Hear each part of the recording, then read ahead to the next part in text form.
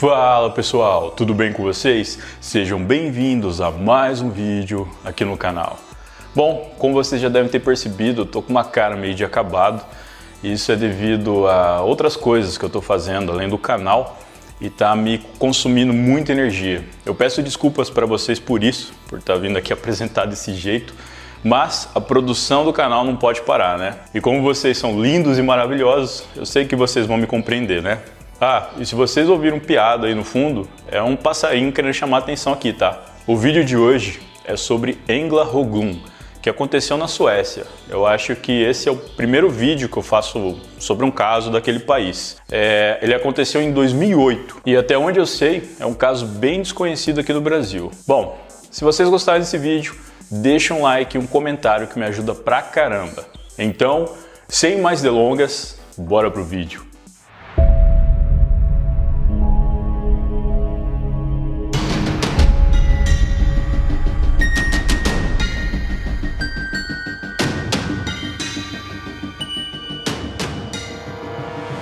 Em um sábado, no dia 5 de abril de 2008, Engla Hoglund estava voltando para casa em sua bicicleta após jogar futebol no centro comunitário local. A sua casa ficava a 4 quilômetros do campo, mas ela simplesmente desapareceu. A menina de 10 anos que morava na cidade de Herningsund, a cerca de 190 quilômetros da capital da Suécia, Estocolmo, nunca mais foi vista. Engla não estava com capacete e fazia alguns meses que não andava de bicicleta, mas implorou à mãe, Carina, que a deixasse ir para casa sozinha, e ela acabou concordando. Carina disse à filha que ligaria para o celular dela a cada 10 minutos durante a volta para casa, e se ela estivesse cansada, iria pegá-la de carro. Carina fez o que disse e ligou para a filha várias vezes para saber onde ela estava, e pela resposta de Engla, ela estava a cerca de 20 minutos de casa e decidiu não ligar mais, querendo dar à criança um pouco de independência. Quando Engla não chegou em casa, Carina começou a se preocupar. Ela percebeu que a viagem deveria ter levado apenas 15 minutos e não 30. Ela ligou para o celular da filha para saber onde ela estava, mas Engla não atendeu dessa vez.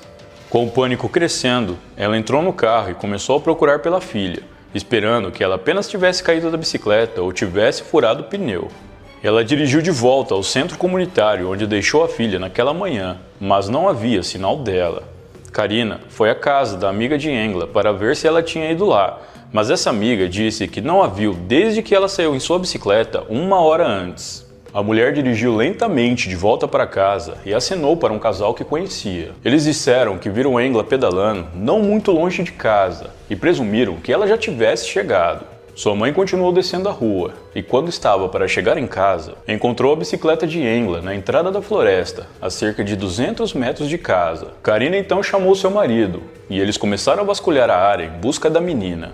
Ela não era forte o suficiente para puxar a bicicleta para dentro da floresta por conta própria, devido a uma ribanceira íngreme, e logo eles encontraram marcas de pneus de um carro. Parecia que o veículo havia saído em alta velocidade e havia lama na trilha.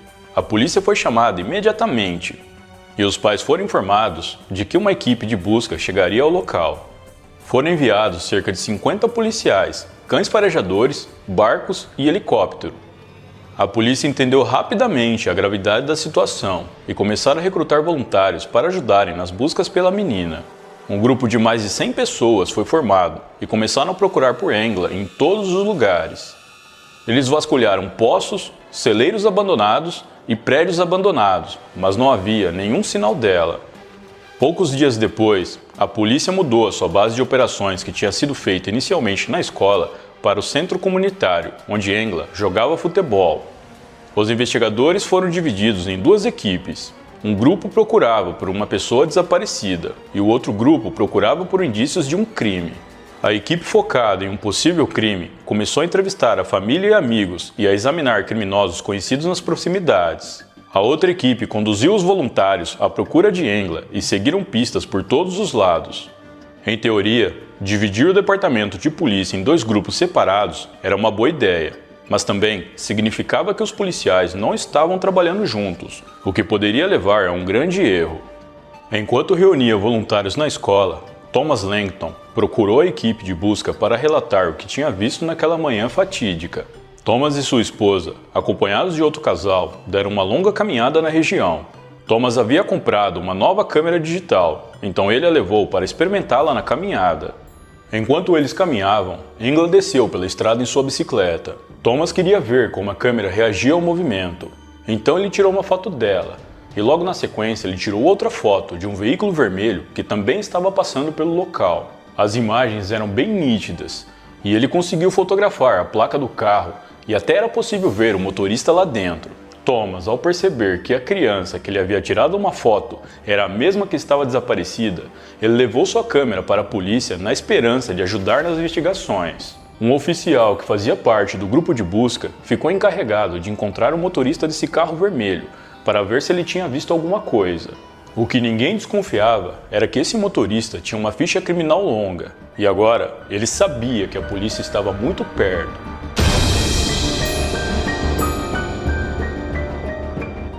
Para entendermos melhor essa história, temos que voltar para o dia 4 de junho do ano 2000, quando uma mulher de 31 anos chamada Pernilla Hellgren foi morta a 45 quilômetros de onde a pequena Engla foi vista pela última vez.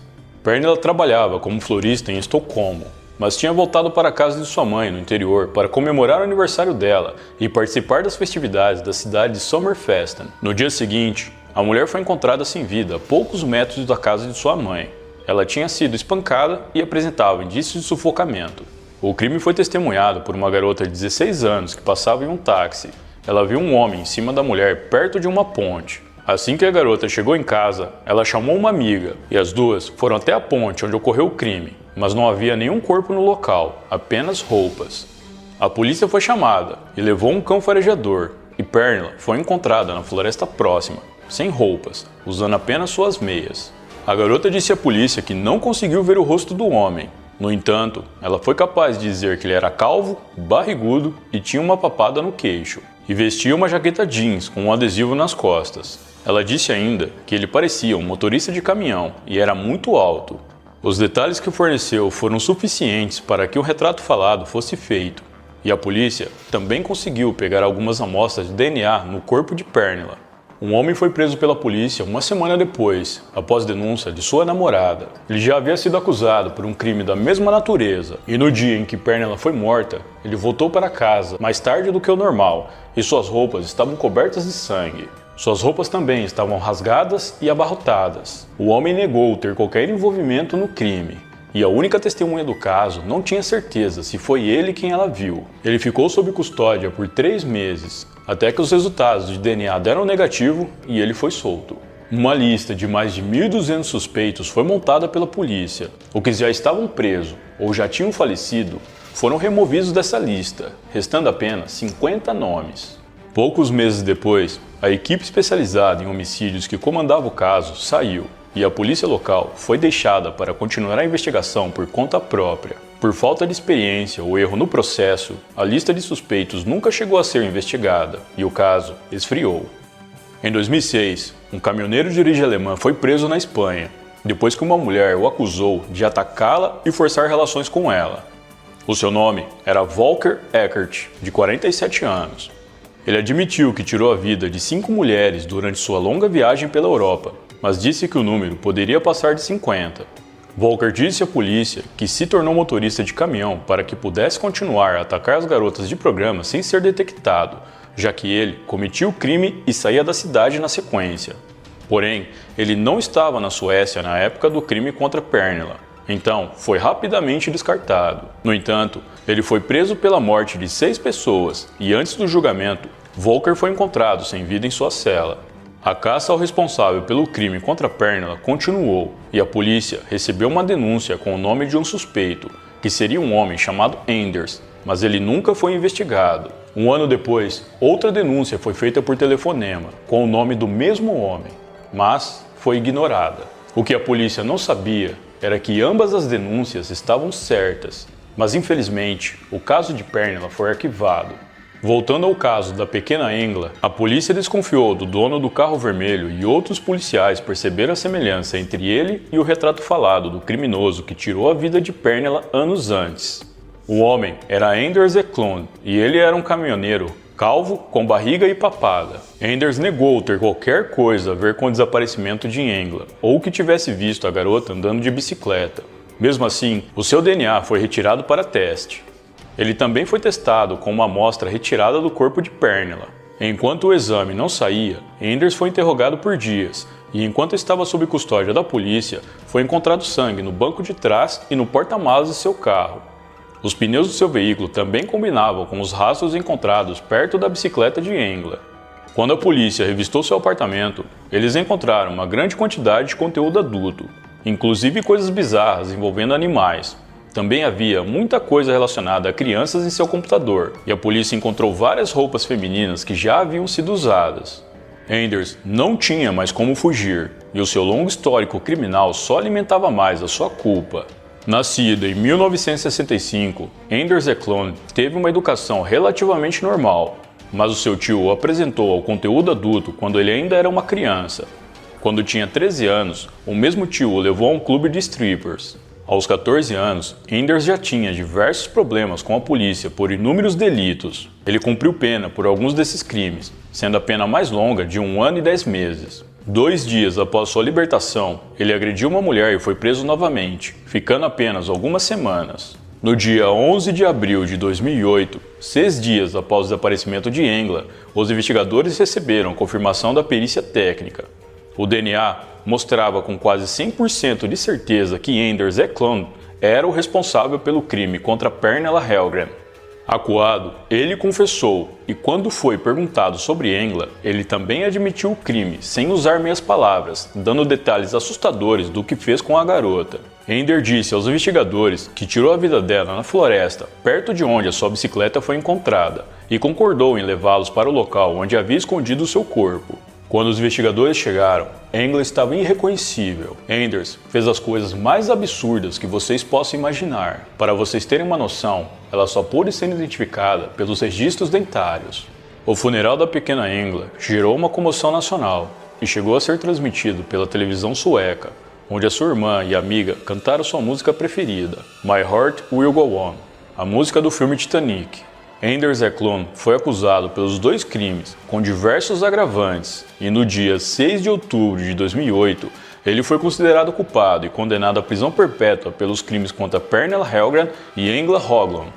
Hoje, ele se encontra no Centro Correcional da Suécia, onde vive separado dos demais prisioneiros devido às inúmeras ameaças que ele recebe. Enders também é suspeito de ser responsável de vários outros crimes na Suécia, Dinamarca e Noruega. O número de vítimas pode passar de 20 e a polícia continua investigando.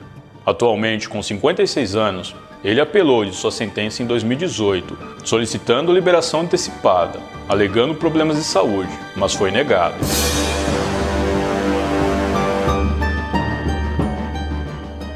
As investigações referentes ao crime contra Pernilla falharam por falta de conhecimento e experiência da força policial, provavelmente devido à falta de crimes desse tipo no país, o que significa que muitos policiais nunca tiveram participado de uma operação tão grande antes, o que prejudicou gravemente o caso e, claro, poderia ter salvo a vida da pequena Engla.